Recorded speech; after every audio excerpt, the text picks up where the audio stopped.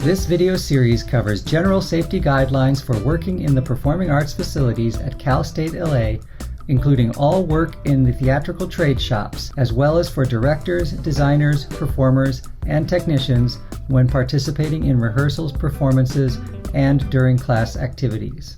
The Performing Arts Safety Program at Cal State LA has 5 main components. Part 1, General Safety Procedures, refers to guidelines and practices that apply to almost all situations in the performing arts, while working on stage, backstage, in front-of-house activities such as usher, house manager, or box office, or in any of the shop facilities such as the costume shop, scene shop, paint shop, lighting shop, audio shop, and other shops. Part 2, Personal Protective Equipment, or PPE, covers basic PPE items and how to use them for maximum safety and protection. Part 3, Housekeeping Procedures, discusses general guidelines regarding work areas, tidiness, egress, overhead storage, cleanup, disposal of trash, and similar safety rules. Part 4, Hazard Communication Procedures, discusses the employee and student right to know about what chemicals and exposures are present in the workplace, how to handle each one, what PPE to wear while using that chemical, and what to do in the event of skin contact, eye contact, ingestion, or other exposure. Part 5, Stage and Shop Machinery, covers training requirements for using specialized equipment in the wood shop, paint shop, metal shop, and specialized backstage equipment such as the fly rail and rigging systems. These guidelines and procedures are established by the College of Arts and Letters for California State University, Los Angeles, and are applicable to any activity in any of the performing arts venues, in production support shops, in rehearsal and storage rooms, and in teaching facilities. They are summarized in the handout you should have already received. Part 1, General Safety Procedures. Do not perform any act that you feel is unsafe or beyond your capabilities. You are responsible for being aware of what your personal and physical limitations are and for communicating those limitations to your instructor, your supervisor, or your shop lead. Do speak up rather than being forced into a situation where you do not feel safe doing the assigned task. For example, if you have an extreme fear of heights or acrophobia, you should tell your shop lead so that they can assign you to do alternate tasks rather than overhead work on ladders and lifts. Most people have a natural discomfort and fear of falling when working on ladders, mostly due to being unfamiliar with safe practices and performing tasks at heights. This natural discomfort and fear of falling eases with continued practice and does not usually become true acrophobia, which is an extreme or irrational fear of heights. If you are asked to do a task that would require more than one person, such as lifting a heavy, large, or bulky item, do ask for additional help. Knowing your own physical limitations becomes crucial to performing tasks safely. If you don't know how to do something, ask for help and for additional training. Tasks and machinery that require specialized skills or knowledge will require formal training. This includes most woodworking and metalworking tools, as well as some stage machinery and other shop practices. More details on this training will be covered in Part 5 of this training series. Dress appropriately. Wear appropriate work clothes and shoes. Tank tops, sandals, and shorts are not allowed while working on stage, backstage, or in any of the shops. Long pants are required even in the costume shop or while working outdoors. This protects your legs from injury from sharp objects, splinters, or other flying debris. Non-slip, closed-toe shoes are required in all shops and while working anywhere as a stagehand or stage crew. Again, with the example of the costume shop, you may be asked to move heavy items that could injure exposed toes. You may be pushing a costume rack and roll it over your foot. You might need to move a sewing machine. Always protect your feet. Tie back any long hair. Long hair can get caught in machinery, particularly with cordless drills and impact drivers, but also with saws and other machinery with moving parts. Loose clothing and jewelry should be removed before operating any power tools. Loose items can become entangled in the blades and will pull you into them. Tuck in your shirt, roll up your sleeves, remove necklaces or rings. Work shoes should provide support for your foot, your arch, and your ankles. They should provide skid and slip resistance, as well as substantive puncture resistance in the soles. Toes should be protected for impact resistance. Steel-toed shoes are best. Shoes should have a closed toe and a closed heel. You will be climbing ladders, stairs, walking, and standing. Shoes should adapt to all of these activities. You will not be allowed to work without the appropriate footwear. Appropriate footwear is determined at the discretion of your shop lead or worksite supervisor. Appropriate footwear includes most Doc Marten boots, steel-toed shoes, most athletic shoes,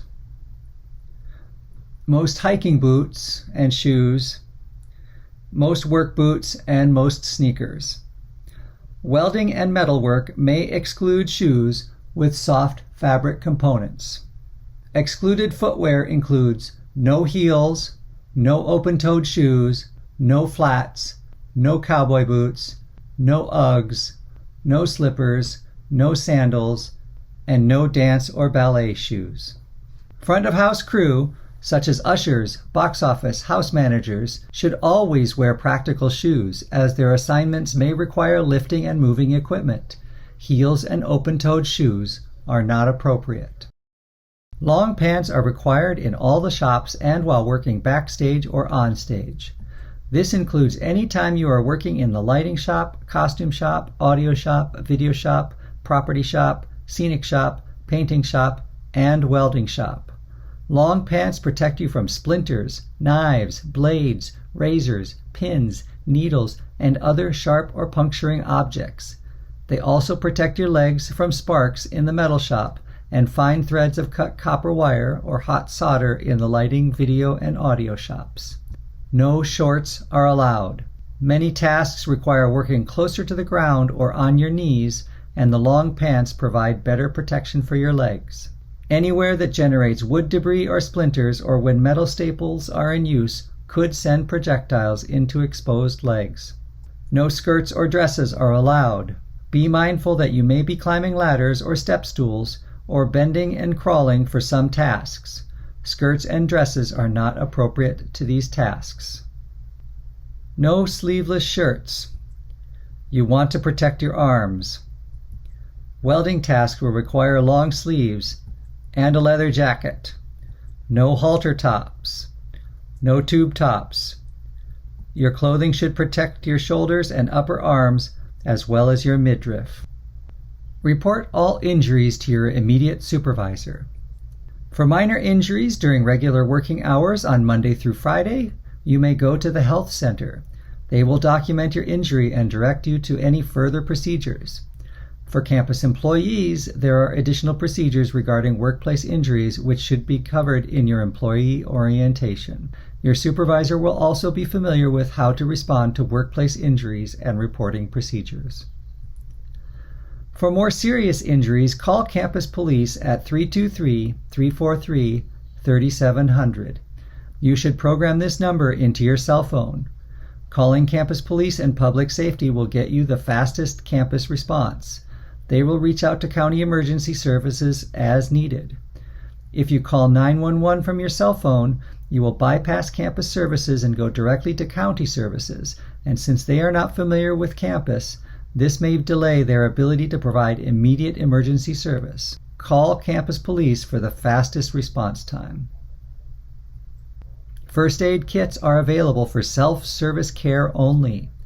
First aid is to render immediate first aid when that is all that is needed, or in the case of more serious injuries, to provide immediate care while other services are on the way. Tweezers and bandages and antiseptic wipes are included for immediate self-care. Please refrain from providing first aid care to others unless you are trained in emergency procedures and safe exposure to bloodborne pathogens. If you must provide first aid, such as applying a bandage where the injured person cannot, please use the disposable gloves provided in the first aid kit. First aid kits are located in the scene shop, backstage at each stage location, in the basement and second floor storage, outside the costume shop and control booths, and in the dance studio storage room. Report all unsafe working conditions, equipment, or conduct to your immediate supervisor. If you believe working conditions are not safe, please report this to your instructor, your supervisor, or your shop lead.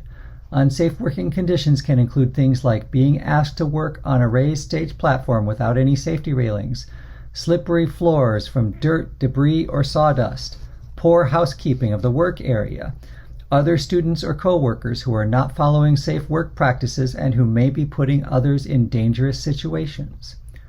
If you find a piece of machinery is broken or missing guards, please report that immediately to your instructor, your supervisor, or your shop lead.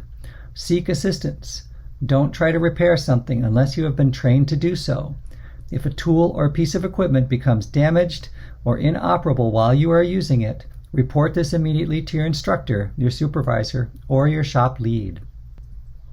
Horseplay and pranks are prohibited. Pranks, jokes, and other horseplay can create potentially dangerous situations in backstage shops, putting other people at risk of injury or worse. Power tools and machinery, stage machinery, and electric and electromechanical devices do not mix well with practical jokes. Comply at all times with all known federal, state, and local safety laws, as well as OSHA, Cal State LA, and A&L Productions safety program, regulations, and codes. The state fire marshal makes all decisions regarding open flame and fire effects or pyrotechnics for performing arts events at Cal State LA. OSHA guidelines cover employee work sites, but they should also be applied to situations where students are performing those tasks for class activities. Students are expected to follow all workplace regulations and guidelines. Never work alone. This cannot be stressed enough.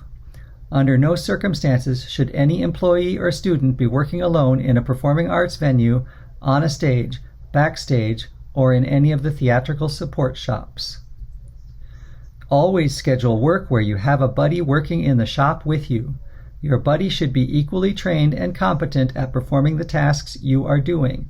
They are there for your safety, and you are there for their safety, to ensure that you both follow standard and safe work practices.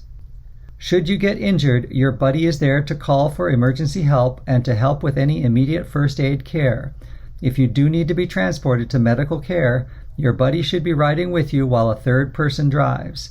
This allows your buddy to assist with any care needed while being transported to the medical care facility without also having to focus on driving you there. Every precaution shall be taken to minimize the amount of airborne contaminants, including dusts, mists, vapors, especially within enclosed structures. The most obvious culprit is spray paint.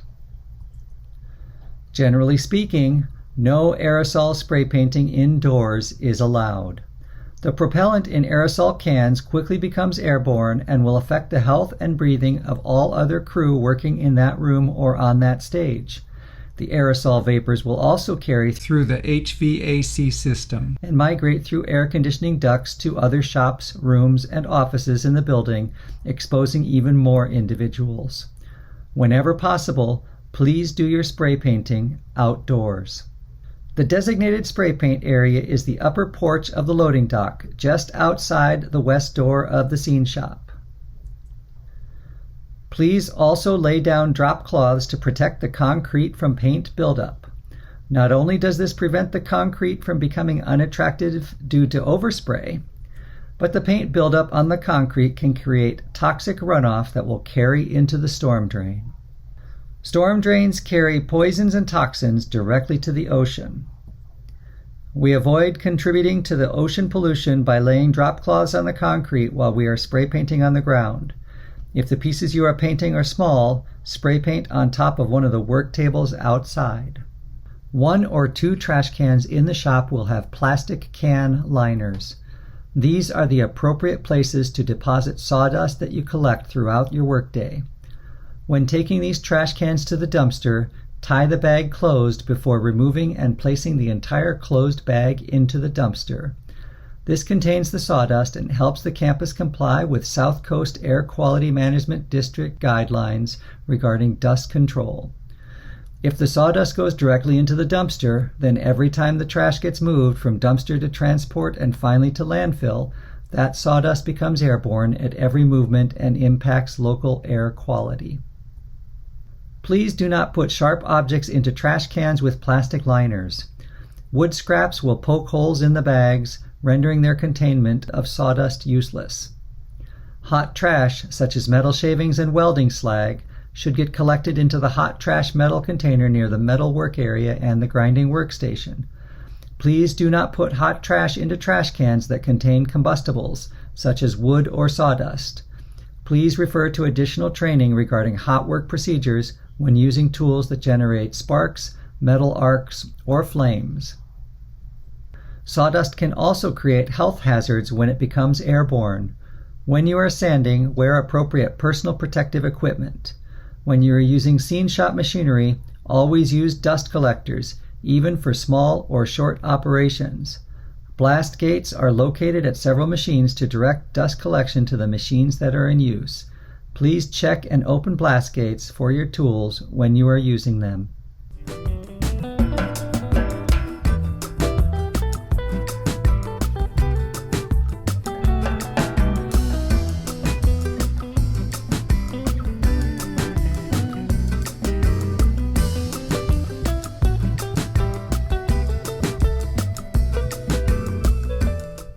Smoking and tobacco use, including electronic cigarettes, is prohibited on campus and in all university buildings. Smoking is not allowed in any rehearsal, performance, class, or in any performance venues without advanced approval of campus EH&S and approval of the State Fire Marshal regarding open flame on stage.